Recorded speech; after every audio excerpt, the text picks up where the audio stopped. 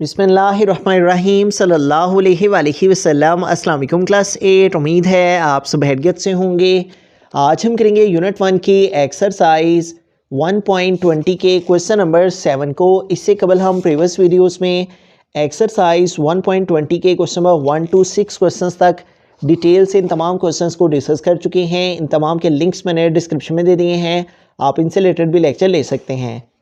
Exercise 1.20 के question number 7 की जानिब चलते हैं। हमारा क्वेश्चन है a wholesaler sets his selling price by adding 15% to his cost price. The retailer adds 25% to the price he pays to the wholesaler to fix his selling price. At what price would a retailer sell an article which cost the wholesaler 400 rupees. तो इस question में वो कह रहा है कि अगर एक चीज़ की जो कॉस्ट प्राइस है, ठीक है, उस पर जो लागत आती है उसको बनाते हुए वो 400 रुपीज़ है, ठीक है, और होल सेलर उसके ऊपर 15% मुनाफा लेके फ़ायदा लेकर तो रिटेलर को बेचता है, ठीक है। होल सेलर वो होता है जो कि थोक फरोश होता है, जिसके पास जो सामान है वो ज़्यादा मिकदार में, ज़्यादा क्वांटिटी पे में मौजूद होता है, फिर उससे जो छोटे छोटे दुकानदार हैं वो ख़रीद कर लाते हैं, ठीक है। तो होल सेलर जो है वो उस 400 के ऊपर 15% मुनाफा लेता है, ठीक है। मुनाफा लेके तो वो रिटेलर को बेचता है, फिर रिटेलर जब उससे लेता है, रिटेलर उसके ऊपर 25% अपना मुनाफा डाल के तो फिर उसके ऊपर सेल प्राइस का अपना टैग लगाता है कि ये इसकी अब सेल प्राइस ये है। तो वो कह रहा है at what price would a retailer sell an article, कि अगर इस कॉस्ट प्राइस के अंदर इसका होलसेलर का भी 15% प्रॉफिट प्लस किया जाए और इस रिटेलर का भी 25% प्रॉफिट प्लस किया जाए, तो फिर जाके तो उस आर्टिकल की, उस चीज़ की कितनी सेल लिंक प्राइस बनेगी, ठीक है, वो चीज़ कितने की बनेगी, ठीक है। तो सबसे पहले कॉस्ट प्राइस लिखते हैं जो कि 400 उसने दी हुई, तो हम लिखेंगे कॉस्ट प्राइस, ये जो लास्ट पे उसने लिखा हुआ है कॉस्ट द होल सेलर, तो हम लिखेंगे cost price of wholesaler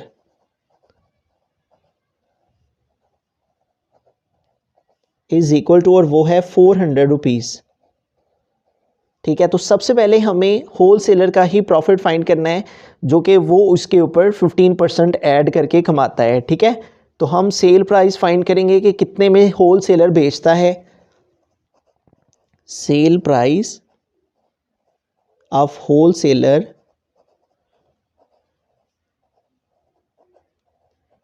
ठीक है, तो उसकी सेल प्राइस हम कैसे फाइंड करेंगे, 400, इसमें हम प्लस करेंगे उसका 15% टू हिज कॉस्ट प्राइस, ठीक है, यानी कॉस्ट प्राइस का 15% वो लेता है, 15% ऑफ कॉस्ट प्राइस, ठीक है। तो टोटल जो उसके ऊपर लागत आई हुई है वो 400 है और 15% जो है वो होल सेलर कॉस्ट प्राइस के ऊपर प्रॉफिट लेता है। अब इसको जो है वो हम सिंप्लीफाई करके ये मालूम कर लेते हैं कि होल सेलर उस चीज़ को कितने में बेच रहा है अपना 15% मुनाफा लेके। 400 वैसे का वैसे ही लिखा, ये 15 आ गया। इस परसेंटेज को ख़त्म करने के लिए डिवाइड 100 ऑफ का मतलब मल्टीप्लाई कॉस्ट प्राइस, तो कॉस्ट प्राइस कितनी है 400, तो यहाँ पे आ गया 400 इज इक्वल टू ये 400 वैसे का वैसे ही प्लस ये 20, इस 20 से कैंसिल, 15 मल्टीप्लाई 4 रह गया, तो 15 को 4 से मल्टीप्लाई करें तो 4 5 टाइम 20, 0 आ गया, 2 कैरी, 4 1 टाइम 4 और 2 6 है, तो क्या आ जाता है 60। तो इज इक्वल टू इनको प्लस किया तो क्या हो गया, 400 में 60 प्लस किया तो 460। इट मीन्स के एक चीज़ जो कि 400 रुपीज़ उसकी कॉस्ट प्राइस है, उसकी लागत उसको बनाने में 400 रुपीज़ आई है, अगर उसके ऊपर होल सेलर अपना 15% लेता है, 15% लेता है, तो वो चीज़ जिसकी लागत 400 है उसके ऊपर 15% जो होल सेलर है वो अपना प्रॉफिट लेगा, तो वो चीज़ 460 रुपीज़ की बन जाएगी, ठीक है। अब इसमें इस प्राइस के अंदर होल सेलर बेच रहा है रिटेलर को, ठीक है, तो ये वो प्राइस आ गई है जिससे रिटेलर ने खरीदनी है चीज़, ठीक है, और खरीद के तो अपना 25% उसने इसके ऊपर लगाना है, ठीक है।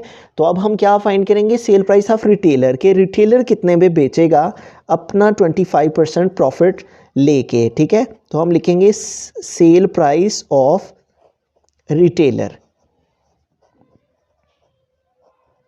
ठीक है, तो अब हम रिटेलर की सेल प्राइस उसी तरह रिटेलर ने कितने में, रिटेलर की अब कॉस्ट प्राइस कितनी पड़ी है उसे 460 की उसे पड़ी है, प्लस उसने क्या किया है 25% जो है वो प्रॉफिट लिया है, 25% ऑफ, और किसका 25%, जितने में उसने खरीदी है उसके ऊपर। ठीक है, 460 में उसने खरीदी है तो उसका 25%। तो अब इसको सॉल्व कर लेते हैं, 460 प्लस 25 आ गया, परसेंटेज के लिए उसी तरह डिवाइड 100 और ऑफ के लिए मल्टीप्लाई 460। अब 460 का 25% निकालने के लिए हम ये कर रहे हैं प्रोसेस, तो अब इसको सॉल्व करेंगे। ठीक है, 460 प्लस, अब ये देखें ये ज़ीरो इस ज़ीरो से कैंसिल, ये 25 है, ये 10 है, इन दोनों की भी कटिंग हो सकती है, 5 के टेबल से इनकी कटिंग कर लेंगे, 5 5 10 25 और 5 2 टाइम 10, तो क्या रह गया बाकी 5/2 मल्टीप्लाई 46 है। ठीक है, तो अब 2 और 46 की भी कटिंग हो जाती है, 2 1 टाइम 2, 2 2 टाइम 4 और 2 3 टाइम 6 है। तो बाकी हमारे पास क्या रह गया है 460 प्लस 5 मल्टीप्लाई 23, 5 मल्टीप्लाई 23। तो पहले इन दोनों को मल्टीप्लाई कर लेते हैं,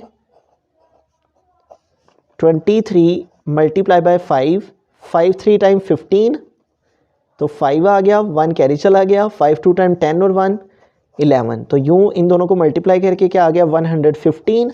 अब 460 में से 115 हम प्लस कर लेंगे, तो आ गया 0 + 5 5, 6 + 1 7 और 4 + 1 5। तो यूँ हमारे पास वो जो चीज़ जिसकी जो कॉस्ट प्राइस है वो 400 थी और उसके ऊपर दो लोगों ने प्रॉफिट लिया, होल सेलर ने भी और रिटेलर में भी, तो उस चीज़ की तब जाके दो जो फाइनल सेल प्राइस है जो कि दुकान से लोग ख़रीदेंगे, रिटेलर से ख़रीदेंगे, तो वो बनेगी 575 रुपीज़ में। ठीक है, तो एक दफ़ा स्टार्ट से सारे क्वेश्चन को रिव्यू करते हैं। हमने कॉस्ट प्राइस लिखी, इस कॉस्ट प्राइस में हमने प्लस किया 15% कॉस्ट प्राइस का, ठीक है, जो कि होल सेलर का प्रॉफिट था, तो वो 15% कॉस्ट प्राइस का निकाला, वो 60 रुपये आया। इसमें इसको ऐड किया तो